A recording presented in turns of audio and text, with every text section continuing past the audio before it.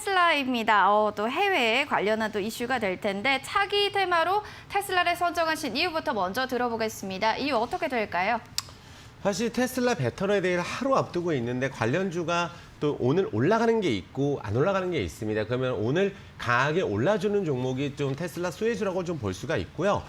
배터리 자체 생산보다 파트너사부터 구매 물량을 늘릴 것이라는 CEO의 언급이 있었어요. 그러다 보니까 관련주가 움직이고 있고 배터리 데이 행사로 인해서 구체적 내용은 밝혀지지 않았는데 관련주들이 지금 오늘 급등락을 하고 있는 종목들이 분명히 있습니다. 그렇다면 그 안에서 우리가 움직이는 종목, 시가총액 최상위 종목이 있고 또 수주를 딸 수 있는 종목이 있고 앞으로 기대감이 늘어날 수 있는 모멘텀이 있는 종목들이 있으니까 한번 찾아볼 필요가 있겠다 이렇게 말씀을 드리겠습니다. 네.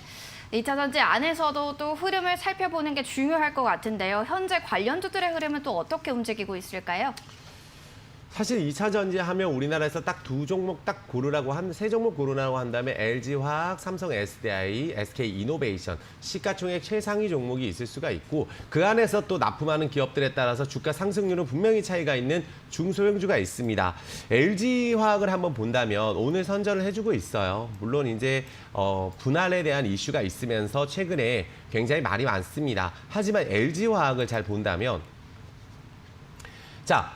연속적으로 주가가 계속 오르고 나서 그냥 이번 달 빠지고 있는 것뿐이라고 저는 생각이 듭니다. 어떤 분들은 호재라고 하고 어떤 분들은 악재라고 해서 청와대까지 청원이 있었던 것으로 알고 있지만 이 종목은 잘 보면 주가가 많이 오르고 나서 다시 한번 지수가 올라가려면 현대차를 필두로 한 시가총액 최상위 종목, 2차 전지 관련주는 또 오를 가능성이 높기 때문에 지금은 약간 우리가 숨고르기 하고 있는 그런 시장을 보면 될 것 같아요. 어떻게 본다면 8월 초부터 제대로 오른 적이 없습니다. 오늘 같은 날 올라주기 때문에 여전히 이 박스권, 아무래도 60만 원권에서 65만 원 이 박스가 일단 중요하다고 말씀을 드리겠고 또 최근에 삼성의 SDI 이야기가 많이 나오고 있어요. 여기는 또 안전지대라고 볼 수가 있습니다. 그러니까 오르지는 않았어요, 최근에. 하지만 빠지지도 않았고 LG화학 대체로 해서 삼성의 SDI가 또 부각을 또 많이 주목을 해야 된다 이런 이야기도 있습니다. 하지만 오히려 이번에 LG화학이 강하게 좀 조정이 나왔고 또 나온다면 저는 LG화학 쪽을 좀 더 변동성이 있기 때문에 좀 주목을 할 필요가 있다 이렇게 말씀을 드리겠습니다.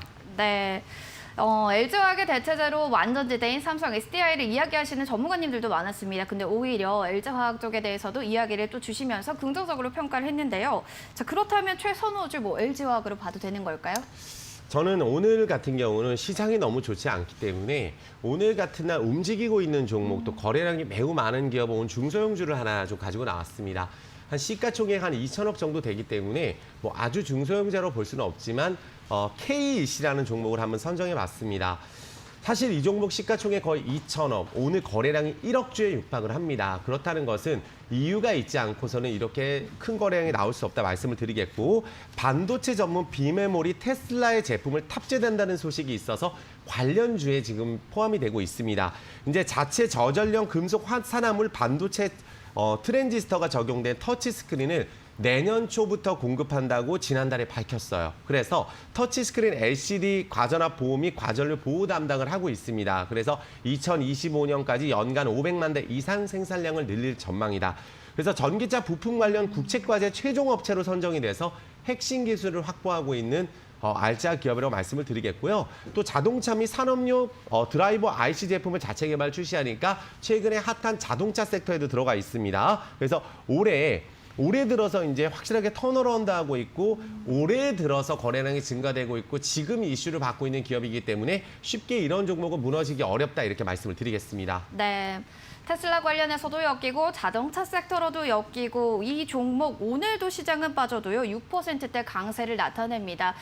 그야말로 좀 대단하다라고 살펴볼 수도 있겠는데 전략 그럼 어떻게 잡아가는 게 좋을까요?